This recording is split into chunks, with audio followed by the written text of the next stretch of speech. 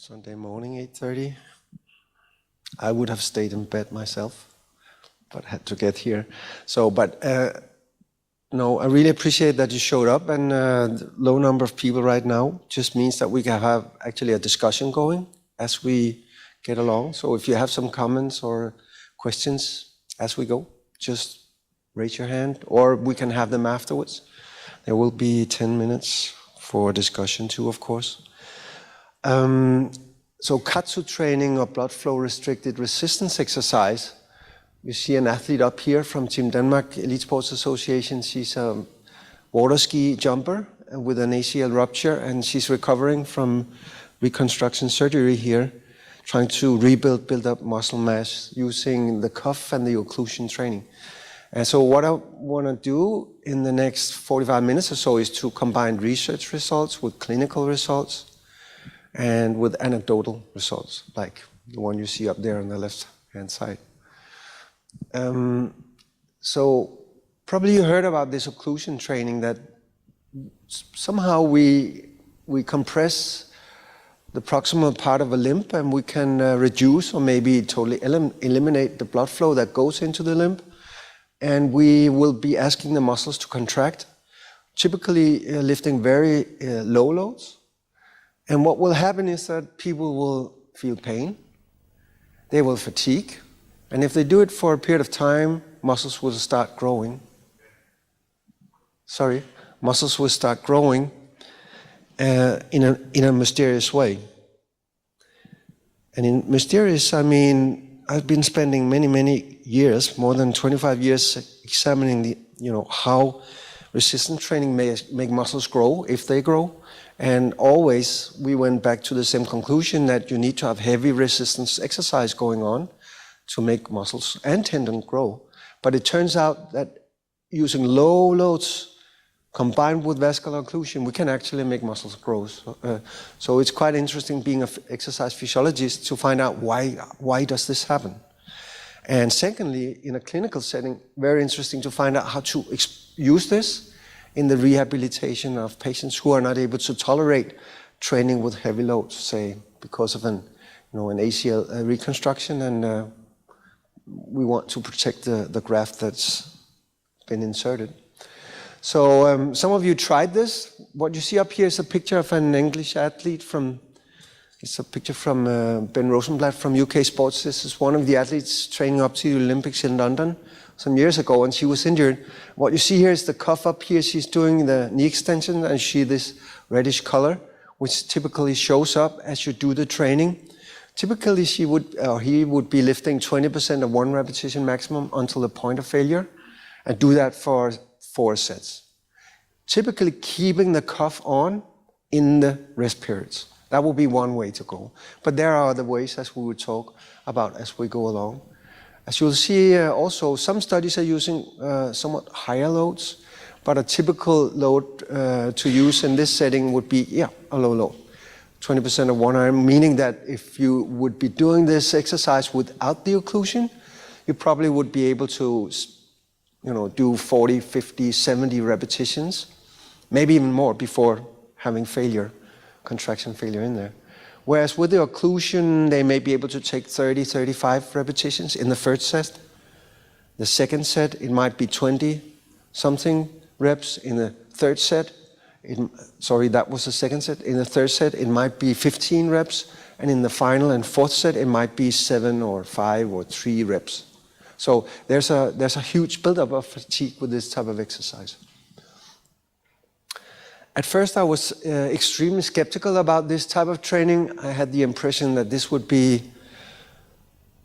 a stunt made to make money and make coaches pay to go to a course to use this and so on and so on. You know the drill. We've seen it so many times.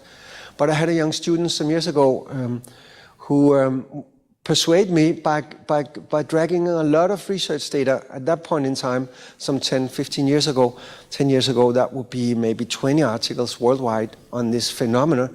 And this is one of the first phenomena.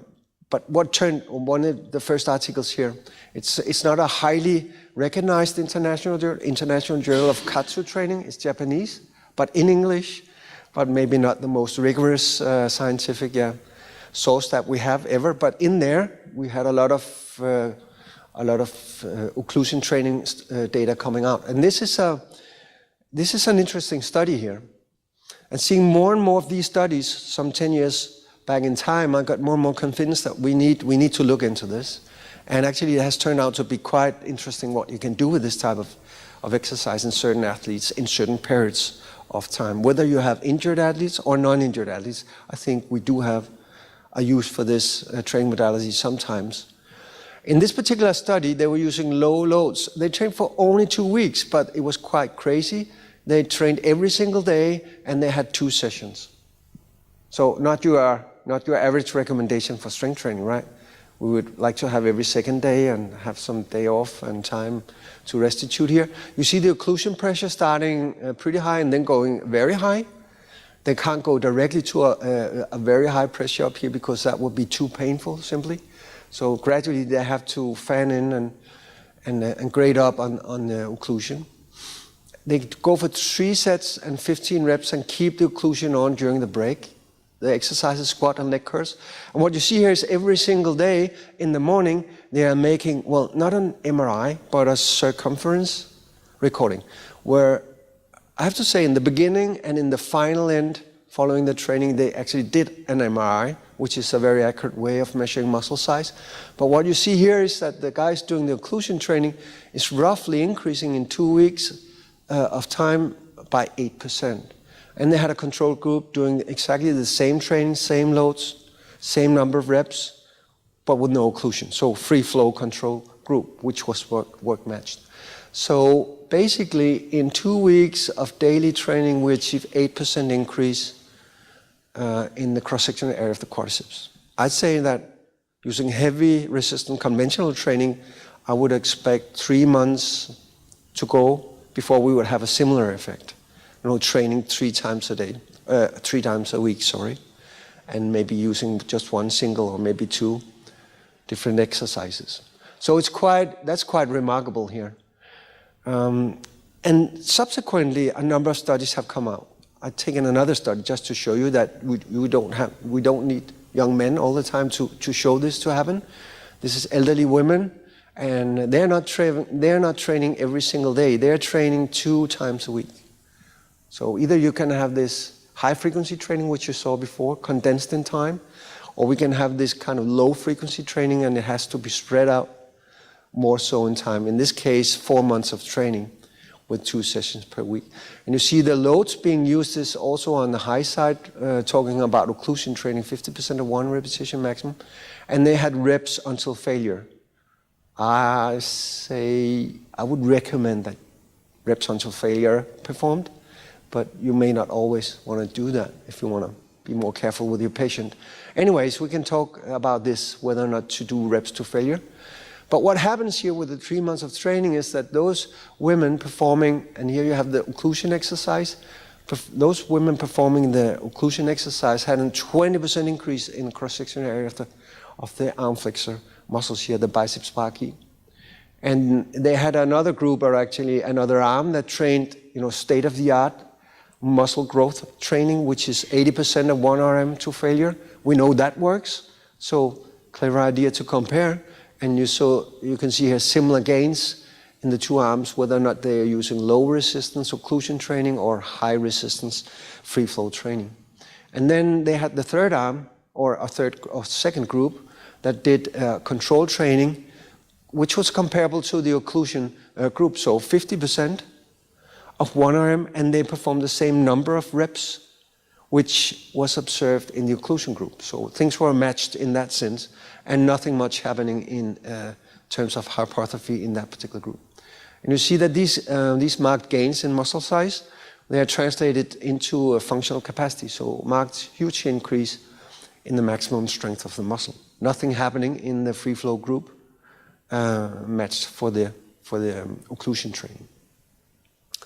So a number of studies have come out now in young and old people, all of them demonstrating findings like this.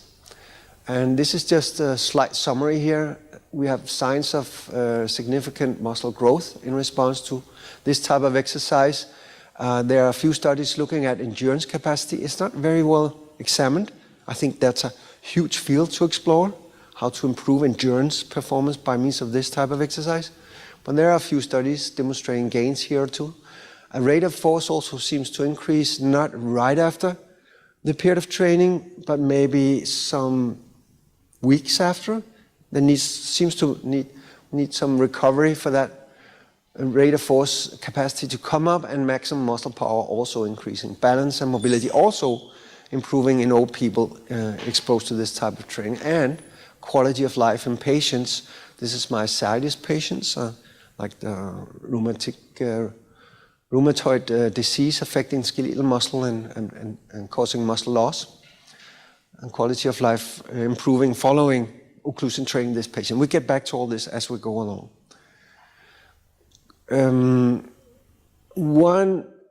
One test of how effective a certain exercise regime can be would be to apply this regime to highly trained individuals, because if it does work in people who are highly trained to start with, then probably it does have some effect overall taken. And actually it turns out that there are a few studies in elite athletes or high-level athletes on the effect of resistance or occlusion training or blood flow restricted training. And this is one study coming out a few years ago, looking at the effect of 8 weeks of 2 sessions weekly, low resistant occlusion training. You see here sets to failure, and the pressure is up here quite high, 180 millimeters mercury. I'd say these days we go a little bit lower on the pressures, but those were the days with the high pressures back in time. But in 8 weeks, they were able to demonstrate a 12% increase in cross-sectional area of the quadriceps. And you have to bear in mind that these athletes, they are pretty much like that. They are spending a lot of time in the weight room because high muscular mass is equal to superior performance on the field. Another study a few years ago, quite recent, came out, and these are rugby union athletes from Great Britain, and then they are similar professionals. So they are not in the very best league, but just below that, which is fairly good, I'd say, also on a world basis. And as you see, these guys are fairly muscular too. Before they go into the training, you have their baseline characteristics here, and just want to point out that if you look at the bench press, these are not novice lifters in the weight room. They have been spending quite some time in there. You look at the squat, weight to 180, almost 180 kilos, and they have a body mass of 95 kilos. So they're pretty well off in terms of muscle strength and so on. Now what happens with this type of training in 3 weeks, 3 sessions a week, so it's kind of a low frequency intervention here and short duration, and they go pretty high on the pressure, but what they do in the breaks or in the pauses between sets is they take out the pressure from the cuff and allow flow to go in. And they only keep cuffs on the thighs. So although they are training upper body too, they have some, you have it here, weighted pull-ups, and they have bench presses, they still just keep the cuff on their leg, okay? Kind of untraditional way of doing it. Normally you would move the cuff around. But anyways, this is what they do. 5 sets of 5 reps and 70% of 1 RM. So fairly heavy loads here, kind of unusual protocol here. But what happens following these 3 weeks of training, those guys doing the occluded exercise, they had a control group which did exactly the same thing, only not putting on the pressure on the cuffs on the thigh. But what happens in the group that did the occlusion training, you see a significant increase in squat strength, which is bigger than the change in the non-occluded group. In bench press also, despite the fact they actually never had occlusion on the upper body, also a greater increase following 3 weeks of training compared to the free flow controls. And the sprint time, 40-meter sprint, how fast could that be performed? So sort of acceleration test really. Also a much greater improvement, so reducing time, increased speed. And maximum power measured on a force plate during takeoff also increased much more so with occlusion exercise. So it does seem that during this exercise we can make physiological changes that does make a difference for the elite athlete on the pitch. So that's kind of interesting data in there. I'm just took this out of their conclusion that the occlusion training can improve the rate of strength training induced gains and also improve fatigue resistance in highly trained athletes. And also, I think this is important down here, the fact that there were improvement in bench press strength, despite that we had occlusion on the lower body, suggests that there may be a systemic effect, somehow a systemic effect of BFR training. And just to point to attention, just a year ago, we had this review coming out. If you haven't seen it before, I recommend that you go find it. It's very interesting. And it turns out there are quite a few studies being published where we see improvements in function and strength and sometimes also muscle size, mass, in response to occlusion training in this population of highly trained athletes. And their conclusion in there is that blood flow restricted training can enhance muscle hypertrophy and strength gains even in highly or well-trained athletes who normally would not benefit from using light loads. So this may be one way of reducing the load on the tissue and joints and tendons on athletes and still stimulate for muscle growth and performance enhancement. So maybe avoiding overtraining and injury on this account. So they consider this an additional stimulus for muscular development. So it's not it cannot replace the heavy resistance strength training, but in periods it can be a supplement or it can be used to enhance or enhance strength and function, or maybe even reducing load on the muscular skeletal system. So if you have an athlete who is injured, you might want to think, how little can I do with and still have an effect? Or just a patient, it doesn't need to be an athlete. And it turns out that simply just walking with occlusion will stimulate for muscle growth, which is, to me, was very, very provoking that you can actually walk on the treadmill and make your muscles grow. But it turns out that if you put on the cuffs, at least in this study, and do it twice per day for 6 days for 3 weeks, so it's a high frequency protocol here, and they walk for 2 minutes, have a break, and then they walk for another 2 minutes, do that 5 times. So 10 minutes of walking in the morning and 10 minutes of walking in the evening. And it's not fast walking, it's habitual speed, normal walking speed, and you see the cuff pressure is ending at a pretty high pressure here. What happens in the first week of training is that we have an increase in the area of the quadriceps muscle. And the second 2, and a progressive, even greater increase, reaching 60% increase from this occlusion or katsu walk, which they call it here. They also had a control group performing exactly the same walking activity for the same duration and the same length and frequency and so on. Only they didn't put into pressure here, so it's a free flow walking and nothing happens, which you would expect. So simply from 3 weeks of walking, we can have a pretty robust increase in muscle size. So imagine we have an injured athlete who is suffering from disuse and maybe ACL recovery, I don't know what, but losing muscle mass on that account. Putting this guy on the treadmill with a cuff will prevent, or maybe even increase, will prevent muscle atrophy, or maybe even increase muscle size further.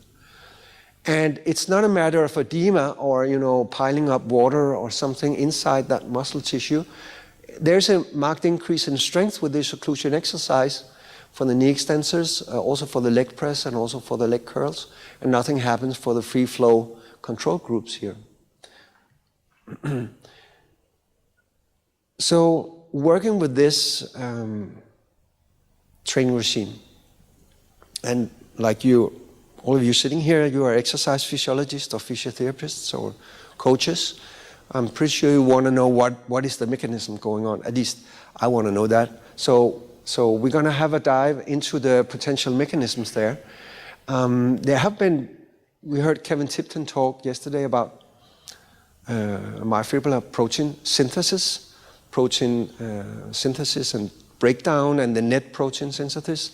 And these tracer studies have been done in acute studies with this type of occlusion exercise, and for sure there's a huge increase in net protein synthesis in the muscle when they do this type of exercise, which is not surprising since we can see that muscles are growing with time when we are performing this type of training. So not a shock to anyone, I think. There are some studies suggesting that circulating growth hormone may be elevated to a greater extent with this type of exercise. Other studies showing that IGF-1 production may also increase to a greater extent compared to control exercise. And in fact, also my state and expression, which we talked about yesterday with eccentric training, which was very markedly downregulated with eccentric training, it may also be very much suppressed with this occlusion training in there. So probably there are multiple factors in play here. But what I like to focus on here, so the path that we have taken to look at mechanisms that can be evoked or that can be initiated by this training is the activation of stem cells inside the muscle tissue. And the reason why we do that is because they are interesting to the elite athletes. If we can activate these stem cells or satellite cells, we can make muscles grow even more than if not activating these stem cells. So that's one thing. That's interesting to try to support athletes who want to be as big as possible. I know this is too simplistic, but actually for some athletes, they really want to build on muscle mass. Some of the best shot putters, some sprinters, some of the rugby players you just saw, and so on, so on, so on. It is beneficial for performance to many athletes. Another thing is the patience. Building up and increasing the pool of stem cells in there will provide protections against injury and will improve the recovery capacity of these patients. So there's like twofold purpose looking at these satellite cells or myogenic stem cells.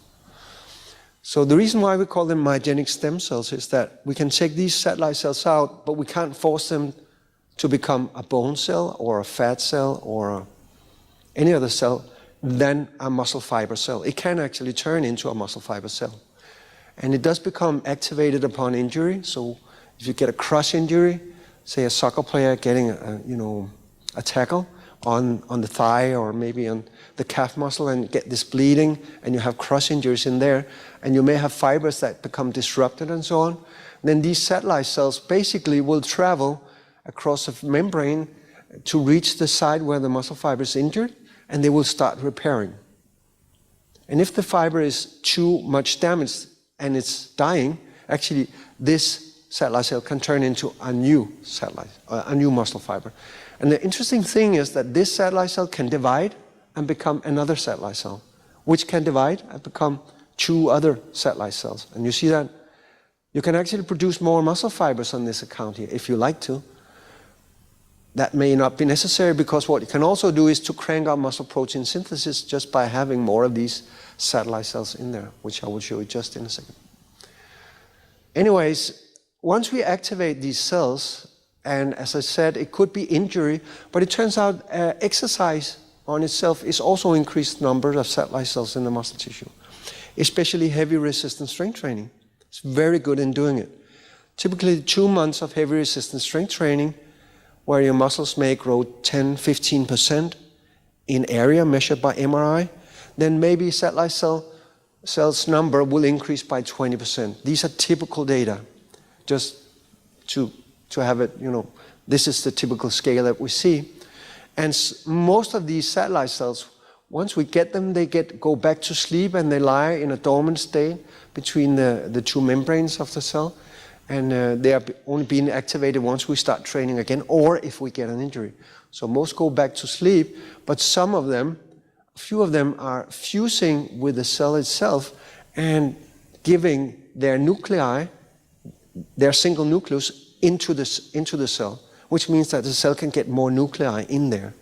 This is interesting because this is DNA, as you know, and the more DNA we have in there, the bigger transcriptional capacity for muscle protein synthesis, because we can produce more messenger RNA from all these nuclei, which are increasing in number. So more messenger RNA means that we get more drive on myofibrillar protein synthesis. And especially if fibers are growing in athletes who are big to start with, if you want to make fibers grow even more, you need more nuclei to support that increased volume of single muscle fiber tissue. Okay, so it's quite important adaptation to have this donation of my nuclei to the muscle fibers by means of activating these satellite cells. And then are there more the rare occasions which you see being a physiotherapist, muscular damage, that would also activate these muscle fibers in there. So you can actually imagine if you do resistance training to increase the number of sleeping satellite cells, you will be better off once you get an injury in that athlete. He or she will have a better ability to recover because they will be starting out with a high number of satellite cells to start with, even before they get injured. One good reason for doing the heavy resistance strength training on your athletes, to have all these satellite cells up in number. So just a summary, increasing the number of nuclei by means of activating satellite cells means that the capacity of protein synthesis inside the fiber is increased. And we also, of course, have the breakdown, and we have the balance between these two components here. And eventually, this will affect positively the ability to increase fiber size with training. Okay. Are these satellite cells important then? I mean, theoretically, yeah, I hope you can tell, you get the idea that they should be important, but are they important in real life? And I think this studies in responders versus non-responders is quite interesting. They took out muscle biopsies in guys who responded in terms of muscular growth quite dramatically, increasing fiber size very much by more than 40% in response to 3 months of training, and then compare that to persons who did not respond very much. So they had a group in this case, it's Marcus Bayman and this guy Petrella. They had about 65, 70 persons in there doing 3 months of heavy resistance training. Half were men, half were women, and half were old and half were young. So it's not only men in there. You have all sexes, all genders, and you have all ages. And they took out our muscle biopsies before and after training, and they turned out giving the biopsy data to a statistical program called cluster analysis. The program were able to identify 3 groups of individuals. Some guys, about 15 to 20% of all the people examined had extreme growth of their fibers, 40% increase in mean fiber area. And we have the moderate responders, 20%, and there were about 15 to 20% of the population that didn't show any increase in muscle fiber size, so-called non-responders. And working with athletes, you probably see variants of these individuals as you get along. Just visually looking at people. Normally when we have a group of 20 people, we take out a biopsy before and after 3 months of training. This is on average what we see, 20% if we average all the people. But we forget that some of them are increasing quite much and some of them almost nothing. But this study very nicely demonstrates this and identified this small group of extreme responders. And they had one characteristic feature. They were able to increase by more than 100% their number of satellite cells. Whereas those who are moderate responders in size, they were able to have a moderate response in terms of gaining. In fact, it's not statistically significant. And non-responders, no change at all. And also, if you look at extreme responders, before they started training, they had an initial baseline level that were greater compared to moderate and non-responders. And none of those guys had done resistance training ever before, because that could, in theory, be a reason for the extreme responders to start here if they had a history of, years of resistance training. This is what we would imagine. But anyways, these were novice in terms of resistance training. So probably these satellite cells, they do play a role for, say, very manifest, leading to extreme muscle growth. In fact, it does also play a role for patients or ordinary people. What we have done here is to take young and old men and put them into 2 weeks of lower limb casting. So they are losing a lot of muscle mass here. Eventually, afterwards, what we wanted to see here is who would be losing most muscle mass, old or young people, and more importantly, how would they be able to regain muscle mass once they are remobilized and reloaded. So we wanted to see if old people could get back to the initial level and young people could do that too, in response to 4 weeks of reloading and retraining, which was quite active and quite aggressive muscle growth training here. And what you see here, looking at the y-axis over here, this is the area of type 1 fibers, the increase in area of type 2 fibers up here in this retraining period. And you see a quite strong correlation between the increase in type 1 area and type 2 area, and the increase in satellite cells. These are PAX7 positive cells. And especially for the type 1 fibers, there's a quite strong correlation there. So being able to activate satellite cells does translate into increasing muscle fiber size to a very great extent here. This is the mean fiber area, which you see over here. You may also be able to see these black dots are the old people. We only have one old person out here. So basically, these old people have an impaired ability to activate their satellite cells. And they also have a reduced, in fact, they have no increase in muscle size in this 4-week reloading period, which is kind of alarming, actually. They were losing muscle mass, in fact, not that much compared to the young people, but the real problem was that when they started to retrain, they couldn't come up again, back to the starting level, these old guys, in part because they're not able to activate their satellite cells. You can see that if you look at all these here, they are, on each side of 0, right? In terms of the change in satellite cells on the x-axis there. So I'm not saying we can't do anything. I'm just saying that we need more than 4 weeks, maybe 8 weeks of active reloading training on these old people following a period of immobilization. So these satellite cells, they are important. What is the effect of, we wanted to look at the effect of occlusion exercise on these satellite cells here. And it turned out that the effect is quite extreme. So remember the effect on the extreme responders? So they had a 120% increase in their satellite cells. This is the highest change ever reported in the literature until we did our experiments with the occlusion training. So you see the occlusion cuff over here. It's up here. We're using this computerized pneumatic system that keeps the pressure constant. It's 100 millimeters, so it's kind of low pressure, not very high. And we do that on purpose because we like to have blood flowing into the limb, but not leaving. So we try to go in between the systolic and diastolic pressure to kind of trap blood down there. So we will eventually have ischemia because blood can't go in anymore after a period of time. But we also want to pool up blood down there and stretch the vascular beds and try to press in water into the muscle tissue, because we think that's an additional stimulus for muscle growth. And also, it's not very painful and not very dangerous compared to the high pressures that we otherwise will be using. And we are using this high frequency protocol. So 3 weeks of training, and all these arrows are, training sessions. So you see twice daily sessions. We have a Monday off because we take a muscle biopsy here. We also have a biopsy there and there. So all in total, 23 training sessions, 20% of 1 RM, and a low occlusion cuff pressure. We keep the cuff on during the break.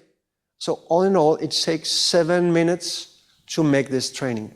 I'd say never keep the pressure on for more than 10 minutes. That will be my rule of thumb, just for safety reasons. Then you have to release the pressure and get flow back into the limb. We take a lot of muscle biopsies before, after 1 week of training, and right after end of the 3 weeks of training. And then to avoid the edema or the potential effect of pooling up water due to the training, we'll wait another 10 days and take yet another muscle biopsy to see muscle growth at a point where edema must have disappeared, if any would be present. We are looking for the area of the fibers, which you see up there. We have type 1, type 2A, 2X fibers, and we are identifying satellite cells by the PAX7 staining, immunohistochemical staining methods here. It's a very good, very robust marker of satellite cells. You see the stainings up there, and we can compare that with the laminin staining to make sure that satellite cells are located between membranes. So this is really satellite cells in there. We can see, is it a type 1 or a type 2 fiber satellite cell in there, and we can see what happens with training. Before I show you the results, I want to show you the pain. Anyone ever tried this before on yourself? None? No? It can be painful? Yes. Especially the first couple of times you will try it. So what you have, here you have the VAS scale. You remember 100 is maximal intolerable pain, and 0 is, yeah, 0 pain.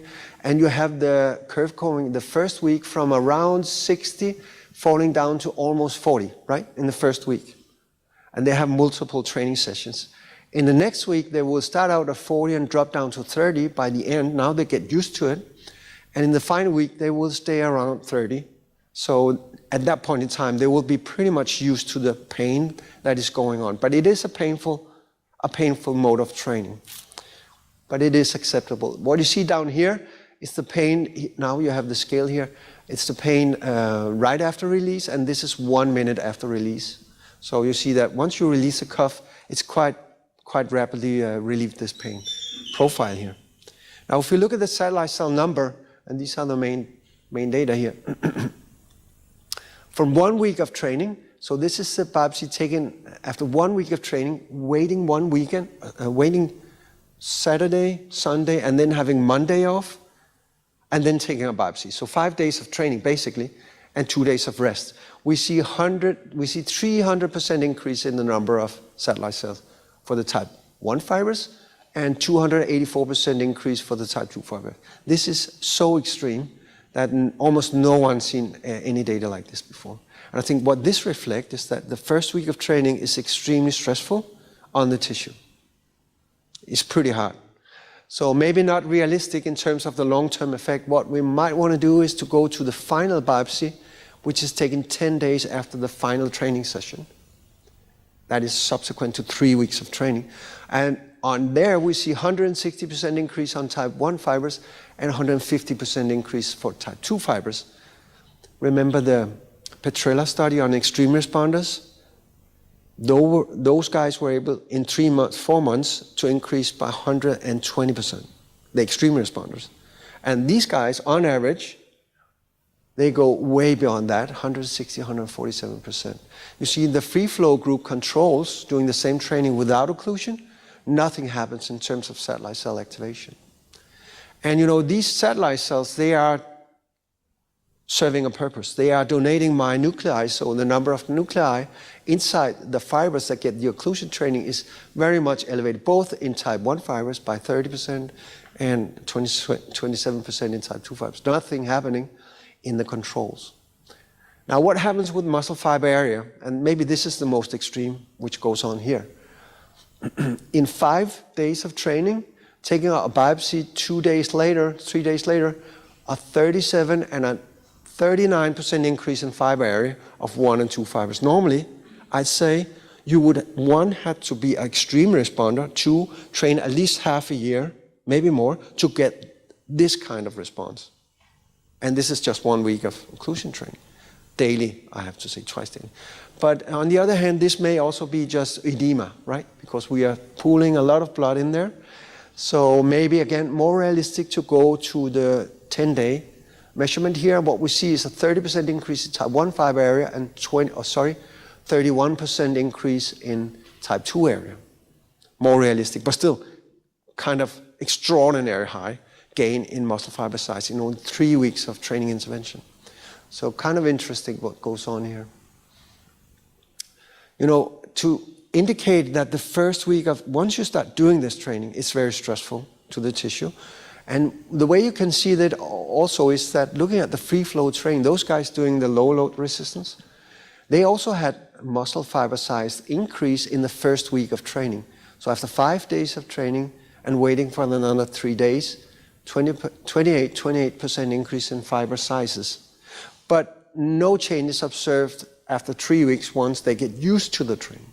So I think this is the edema effect that we see in the free flow group, which of course also affects the occlusion group over there. So looking at the very early muscle size gains, maybe not be, you know, reflecting actual muscle protein content in there. I think it's edema. And all this increase in strength, in size of muscle fibers is translated into improved strength in those guys doing the occlusion training, and nothing is happening in the free flow training there. So the conclusions on this study is that we can use this high frequency blood flow restricted strength training to increase myofiber size very much so, both in type 1 and 2 fibers. In this sense here, it looks very much like using testosterone in huge amounts for every single week in 3 weeks. In fact, this has a greater effect than what you would expect would happen with 160 or more milligrams of testosterone each week for 3 weeks. And also the fact that type 1 fibers are increasing equally much compared to type 2 fibers in size is unusual with resistance training. Normally type 2 fibers will increase more than type 1 fibers. Not with testosterone, both fiber types are increasing very much. We see the same, exactly the same thing here with occlusion exercise. Satellite cells are markedly upregulated, probably explaining this huge muscle fiber growth in there because they are donating myonuclei to the fibers. So we think, we're speculating what is going on in there. We think it may be the activation of nitrogen oxidase that is the trigger. We know we can activate hepatocyte growth factor inside the tissue once it's formatted. We also know if you have ischemia or if you stretch the extracellular matrix, this will start producing inside the muscle tissue NO. It's a very transient compound, but it will be in there. And once stimulating hepatocyte growth factor, this is the most potent single molecule that can stimulate for satellite cells to proliferate. That will be to divide and increase in number. So it might be nitrogen oxide which is in there.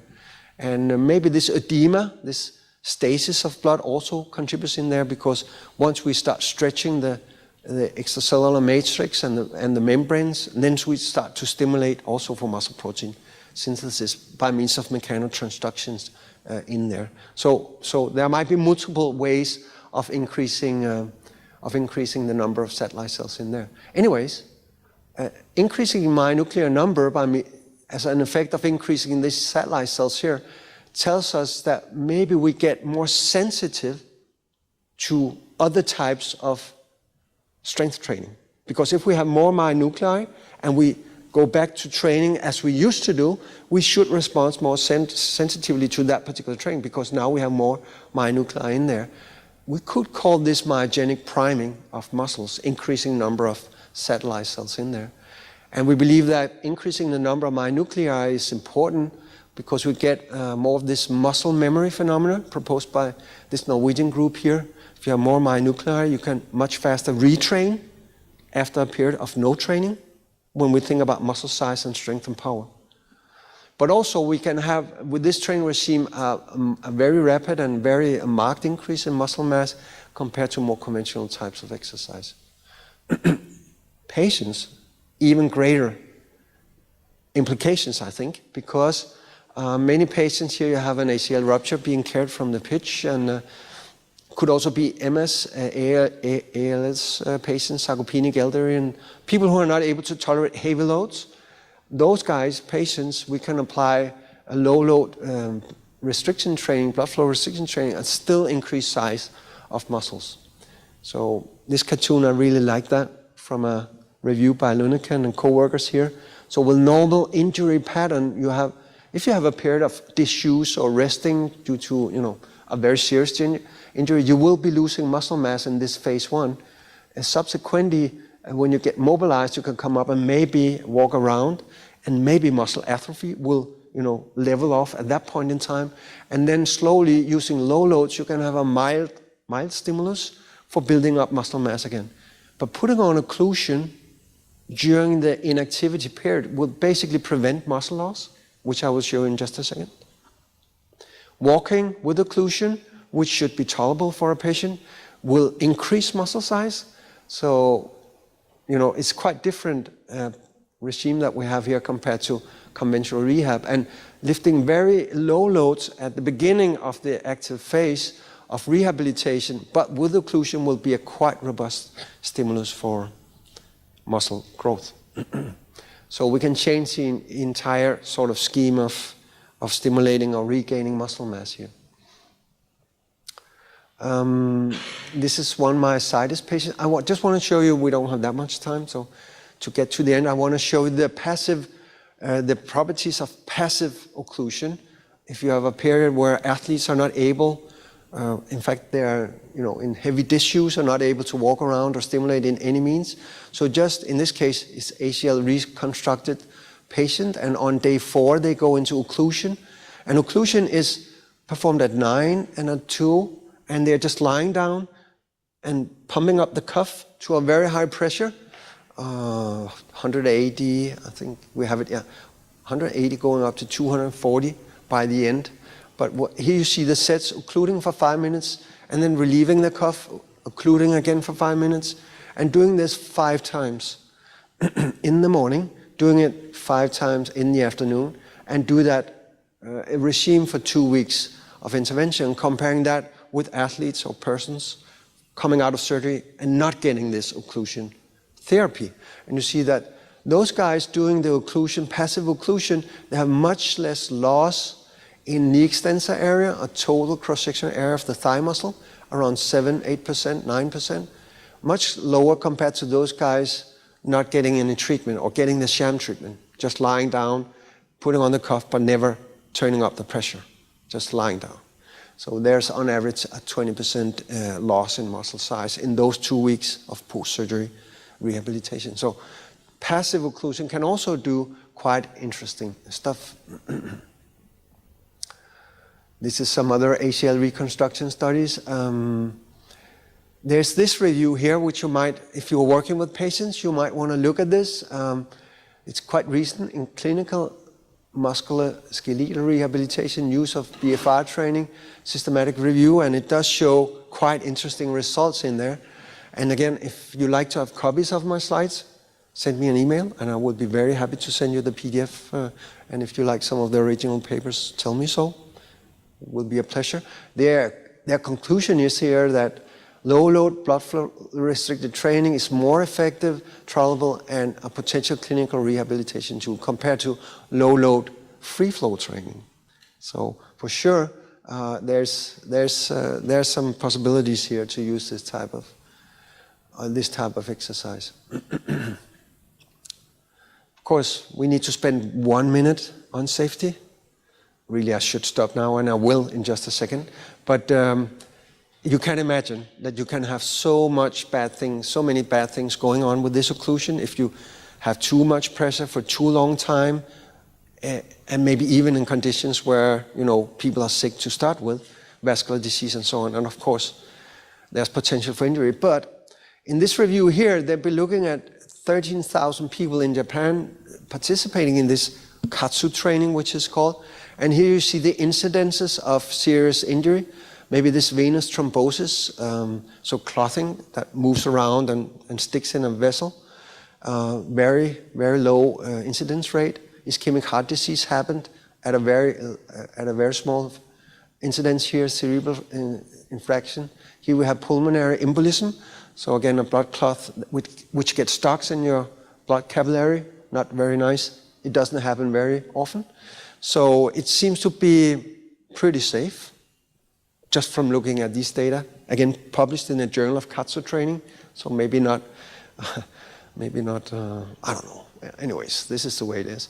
There are like 2 reviews or 2 or 3 papers out on the safety aspects. I'm just going to highlight this one by Brian Clark and Manini also. Yeah, Todd Manini also one of them. So they're looking at one acute experiment, taking out blood samples, and they see that they're also measuring vascular function and nerve function. They don't see even any negative changes acutely out from a single occlusion exercise. But of course, you need to look at the pressure they are using in there and for how long the cuff sits on. And also, there are no changes in markers of coagulation or inflammation in these individuals here. Another review came out a few years ago. Although still sparse, blood flow restriction training is promising with respect to safety outcomes. So going through the literature, this is their conclusion. However, longer-term studies are required to better understand the chronic or long-term effects of low-intensity blood flow restriction training. Those studies have not been done. So it's a little bit like creatine, use of creatine, many years ago. 20 years ago, people were speculating, can it be dangerous on the long run? I mean, what will happen if people will be using creatine for 15 years? And it seems to be safe, we know now, but back in time, we didn't. know much about that. Which people do you want to keep away from this type of training? It's very difficult to find out information or recommendation on this. This is some information I got from Ben Rosenblatt, and they used this to screen the athletes up to the Olympics in London. And if you see a red marking up here, like a deep venous thrombosis, of course this is a no-go factor. If you have that history, you can't do this type of training in there. If you have disordered clotting of blood, you can't. Vascular trauma, traumatic nerve injury, you can't really do these things here. Then you have the orange, moderate risk, diabetes, hypertension. I guess this would be type 2 diabetes. Because being a type 1 diabetic, you know, there might be these vascular problems in the feet. In some type 1 diabetic patients, you have vascular function is not that good in the peripheral parts of the leg, and I think that will qualify as a high risk. Anyways, you see smoking, hypertension, medication, oral contraceptive. Why do you think that would be on a moderate risk? Using pills not to get pregnant? It's because some of these pills, they do increase slightly the risk of thrombosis. So getting a blood clot that will stick somewhere in your system will be slightly increased with some types of these oral contraceptives. So this is why they put it on here. What you want to do is to make sure that the contraceptive that the athlete is using is a low-risk contraceptive. Anyways, getting off the flight is somewhere there. Okay, recent long journey, of course you know that too. You can increase risk of blood clotting and thrombosis in those conditions by itself. So you don't want to go and do your, even being dehydrated, you don't want to go in and do your occlusion training with this athlete in this situation here. Okay, there are other suggestions here, something about very high blood pressure. This is interesting. This guy here, Hans Christian Heidkamp, I don't know if he published this anywhere, but this is from a speak we gave both of us at the beginning of the year and the Danish Society of Sports Medicine annual meeting, and I was allowed to borrow his slide because he has these suggested set. If you have more than, if you have 5 points or more, you're not allowed to do this. So if you start being pregnant, you do have 4 points, but you can't, I mean, you can't be pregnant and then have varicose veins, then you have 5 points, and you can't do the training anyways. If you're above 60 years of age, you get 2 points. And if you have prolonged inactivity, you get 3 points. You're not allowed to do this. I'm not sure on that one. You see that? So these are kind of very safe recommendations by this German doctor there. And this is his take on it, based on this review here also by Nakajimi in the Journal of Katsu Training some years ago. I'm going to end on this one here, and this is just to tell you that serious injuries can actually happen. And there are reports about this. One Swedish ice hockey player, who was used to do this occlusion training, and he was injured.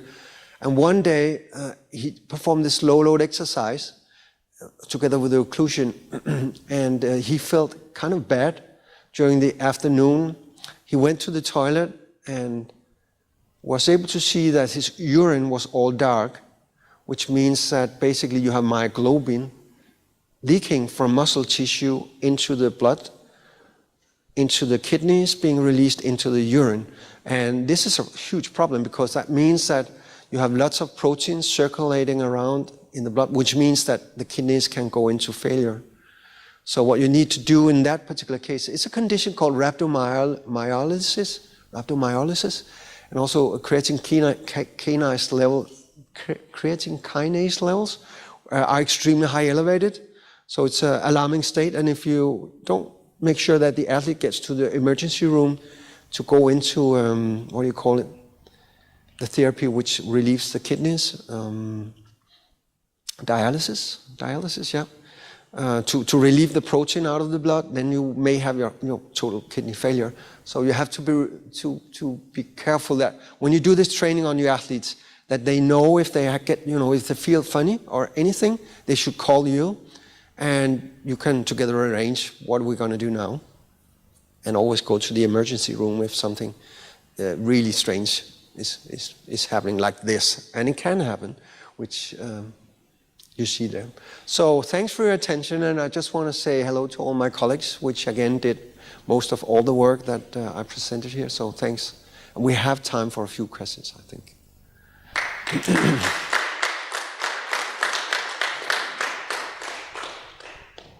you very much, Per, for this great talk. It's very interesting about the new era of training with occlusion. Mm-hmm. So, do anybody have any questions for Per?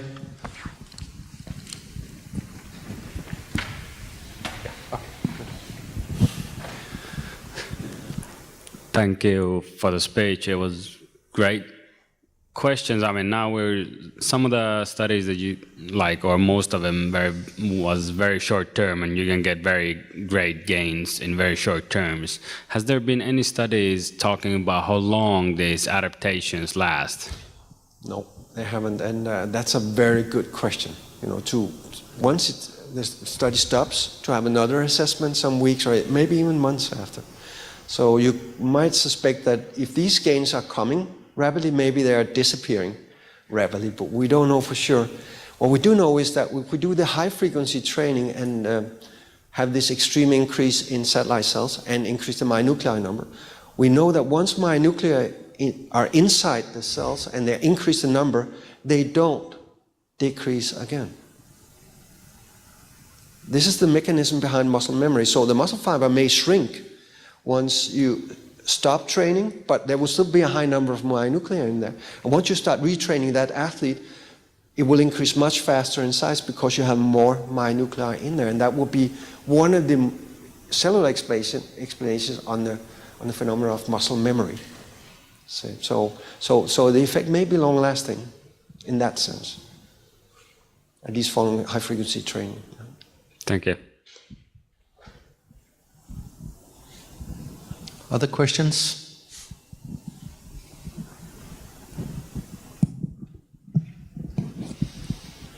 If you would bring up a year-round training period with conventional strength training, blood flow restriction, and, for example, eccentric strength training, how would you manage that?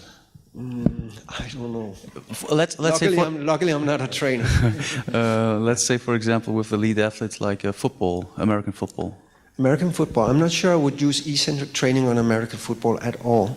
But if I did, maybe two or three periods during a year, each of a duration of 10 to 14 days for the eccentric training. But I would keep that as a low priority. For the occlusion training, it might go for 4 times a year, 2 times during the preseason, and maybe 1 or 2 times during the competitive season. And in that case, I think I would go like, the short frequency, maybe not training twice a day, but maybe training, less, maybe once a day, or, high frequency training, but not twice a day, if they have to tolerate other types of training too. And do that for 2 or 3 weeks, take it off. With the blood flow restriction, maybe start then, you said in the preseason, maybe directly start with that, and then keep it up, or try to keep it up with the conventional strength training? Yeah. All right. Yeah, exactly. So the natural, the conventional strength training would be the core and continue to be the core. Yeah. So the occlusion training would be like stimulatory training that would be like short bursts of extra stimulations that would sensitize the players to the other type of training which they would perform during the remaining part of the season. Yeah. Perfect. That's the same idea. Thank you. Stefan, anybody has a question? You had a question, perhaps? Yeah.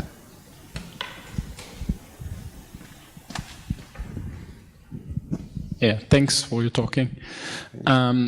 I heard there's a huge variation of pressure from 100 to 250. Was there any research done comparing like testing group with the 100, 120, 150 to fix out, is there kind of better pressure than the other ones? Yeah, there are a few studies, and if you look for the reviews by Lönniger, Jeremy Lönniger, they will tend to conclude that the higher the pressure, the better the effect. But it's not extremely clear that you have this dose response. So for the time being, at least in our hands, we're using kind of the lower pressures, and we're getting quite good results with a daily training. But how that will work on a low frequency training, I'm not sure. And for sure, with a passive occlusion, we need to go to high pressures, I think. So it's hard to give a solid answer on that. Sometimes I think it might be beneficial to have the high pressures, and in other situations, maybe lower pressures. I can't give a really good answer on that, rather than referring to some of the reviews by Jeremy Lönniger. Thanks.